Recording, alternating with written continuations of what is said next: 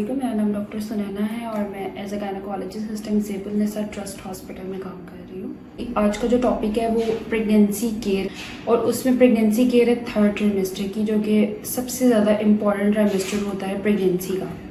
Third trimester pregnancy 6th month से onward start होती है और ये बहुत ज़्यादा क्रूशियल टाइम होता है हर प्रेग्नेंट फीमेल के लिए।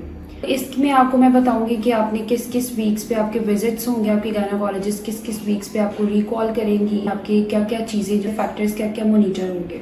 क्योंकि आपका लास्ट विजिट जो सा है सेकेंड ट्राइमेस्टर का वो 20 से 22 वीक्स के दरमियान हो चुका होगा, तो आपकी गायनेकोलॉजिस्ट आपको 24 वीक्स पे बुलाएंगे। उसमें यह होता है कि सबसे पहली जो चीज़ देखी जाती है ना वो आपकी बीपी मॉनिटरिंग होती है और शुगर मॉनिटरिंग होती है। क्योंकि बीपी या शुगर का उनको मसला है ना, तो वो ज़्यादा तब होता है जब 26 वीक से ऑनवर्ड। इसके अलावा ना बेबी की ग्रोथ, बेबी के वेट वगैरह देखा जाता है। क्योंकि एनॉमली स्कैन 22 वीक्स पे हो चुका होता है तो वो इतना कंसर्न नहीं होता। अगर तो इसमें कोई मसला वगैरह नहीं होता तो फिर आपको कंटिन्यू जो उनसे मॉनिटरिंग के लिए दोबारा बुलाया जाता है। इसमें एक और फैक्टर ये होता है कि हमारी बॉडी में 5 लीटर ब्लड होता है, लेकिन जो प्रेग्नेंट फीमेल होती है ऑब्वियसली उनके बेबी को भी ब्लड की ज़रूरत होती है।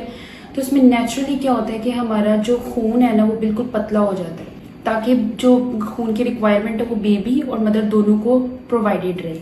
तो जो डिल्यूशनल इफेक्ट होता है ना ब्लड का, वो पीक पे होता है आफ्टर 26 वीक्स। तो इसमें आपकी गायनेकोलॉजिस्ट आपको एक CBC भी करवाने का कहेगी, एडवाइस करेगी, और उसमें आपके HP लेवल्स चेक कर लिए जाते हैं। अगर तो आपका HP लेवल 10 से कम है तो उसमें सबसे पहले तो गायनेकोलॉजिस्ट आपको आयरन रिच फूड देगी। अगर आप आयरन टैबलेट्स ले रही हैं तो वो डबल डोज कर देंगी, और इसके अलावा डाइटरी मॉडिफिकेशन है वो कंटिन्यू कराएंगे। लेकिन अगर आपकी 9 से कम है या 8 है तो उसमें आपको फिर आयरन के इंजेक्शंस वगैरह लगते हैं। अगर तो आपकी प्रेगनेंसी बिल्कुल अनइवेंटफुल है, कोई मसला वगैरह नहीं है, तो फिर आपकी गायनेकोलॉजिस्ट आपको रिकॉल करती है 30 या 32 वीक्स के दरमियान में। और इसमें आपकी टेटनस की सेकेंड डोज भी लगती है। टेटनस की फर्स्ट डोज आपकी 26 वीक्स पे लगती है, टेटनस की सेकेंड डोज आपकी लगती है 32 वीक्स पे। इसमें भी आपकी दोबारा से बीपी भी मॉनिटरिंग होगी, शुगर मॉनिटरिंग भी होगी। इसके अलावा 4 वीक्स के बाद जो आपकी CBC रिपीट हो रही थी वो भी इसी आपके विजिट पे हो जाती है, दोबारा से चेक करने के लिए आपके HP लेवल्स। अगर यहाँ तक भी आपकी प्रेगनेंसी अनइवेंटफुल है, कोई मसला नहीं है, कोई रिस्क फैक्टर नहीं है, बीपी शुगर का मसला नहीं है, तो फिर आपके गायनेकोलॉजिस्ट आपको रिकॉल करती हैं 34 वीक्स के ऊपर। 34 वीक्स के सबसे पहले तो दोबारा से एक CBC परफॉर्म होती है। दूसरा 34 वीक्स के ऑनवर्ड जो है ना विजाइनल इन्फेक्शन या UTI के चांसेस बहुत ज़्यादा होते हैं। तो इसमें आपके गायनेकोलॉजिस्ट आपको यूरिन कंप्लीट एग्जामिनेशन भी एडवाइस करेंगे। उसमें देख लेते हैं कि अगर कोई इन्फेक्शन वगैरह के चांसेस तो इस हिसाब से उसको डील कर लिया जाए। इसके अलावा ग्रोथ स्कैन आइडियल होता है कि 34 वीक्स पे ग्रोथ स्कैन भी हो जाए, देखने के लिए पैरामीटर सारे। और एक होता है डोपलर स्कैन। ज़्यादातर ग्रोथ स्कैन के बजाय डोपलर स्कैन करा लेते हैं। डोपलर स्कैन में बाकी चीज़ें भी आपको पता चल जाती हैं, लेकिन इसमें जो मेन चीज़ ये पता चलती है कि जो ब्लड सर्कुलेशन है वो बेबी तक पहुंच रही है कम्प्लीटली तौर पर अच्छे तरीके से कि नहीं। इसके अलावा रिस्क फैक्टर जिस तरह होते हैं, जैसे प्री मेच्योर आपको वक्त से पहले दर्दें आ जाती हैं, या प्रीवियस जो पिछली प्रेगनेंसी में उसमें आपके वक्त से पहले दर्दें वगैरह आई हैं, या कोई भी इस तरह का रिस्क फैक्टर है, तो उसकी भी वेटेज को देख लिया जाता है। उस हिसाब से आपकी गायनेकोलॉजिस्ट है वो आपको डेक्सा कवर देती है, डेक्सामेथासोन है वो कवर देते हैं, ताकि बच्चे के जो लंग है वो मेच्योर हो। उसमें खुदा न खास्ता अगर आपका बच्चे में प्री मेच्योर बर्थ हो गई है तो एटलीस्ट वो लंग की जो उनसी प्री मेच्योरेशन की वजह से नर्सरी में ना जाए, इसलिए वो आपको डेक्सा कवर ज़रूरी है कि हर पेशेंट को लगा दिया जाए 34 वीक्स पे। इसमें 34 वीक्स से ऑनवर्ड जो पेशेंट है उनके अंदर खुद मसाइल आना शुरू हो जाते हैं, जैसे बॉडी स्वेलिंग स्टार्ट हो जाती है। पेशेंट कंप्लेन करते हैं कि मुझे तजाबियत बहुत है। ऑब्वियसली बेबी की ग्रोथ होती है तो उसका जो प्रेशर है वो आपके जो विजुअल ऑर्गन्स हैं उनके ऊपर पड़ता है। तो आपको क्या होता है कि आपको एपिगेस्ट्रिक बर्निंग होती है। इसके अलावा आपको खट्टे डिकार आते हैं, या जो मसाना है उसके ऊपर प्रेशर पड़ने की वजह से कंप्लेन रहती है कि UTI की कंप्लेन रहती है, या बहुत ज़्यादा यूरिनेशन की कंप्लेन रहती है, या कम्प्लीटली तौर पर आपकी जो उनसे आप यूरिन करने के बाद भी आपको लगता है कि अभी आपकी कम्प्लीटली तौर पर मसाना खाली नहीं हुआ।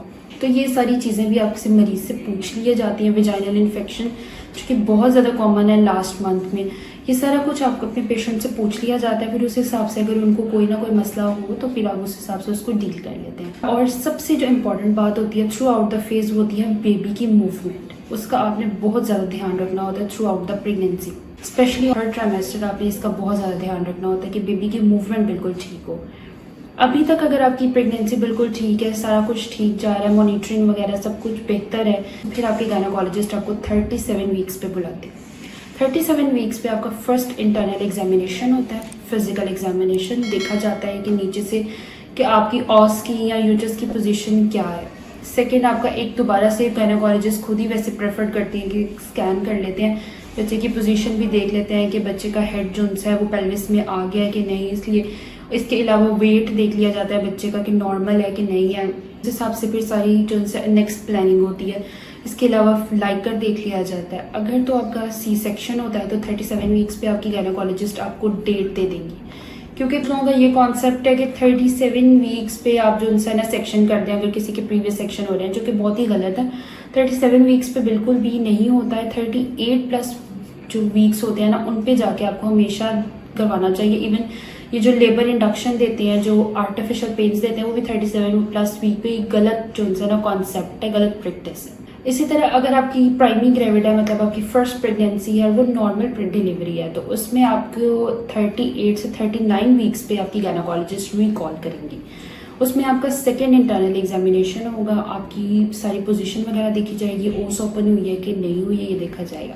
अगर तो आप लो रिस्क पेशेंट हैं, कोई फैमिली हिस्ट्री नहीं है, कोई शुगर का मसला नहीं है, कोई बीपी का मसला नहीं है, तो फिर तो अप टू 40 वीक्स तक आपकी गायनेकोलॉजिस्ट वेट कर सकती है कि आपको नेचुरली तौर पर बहुत पेन आना शुरू हो जाए।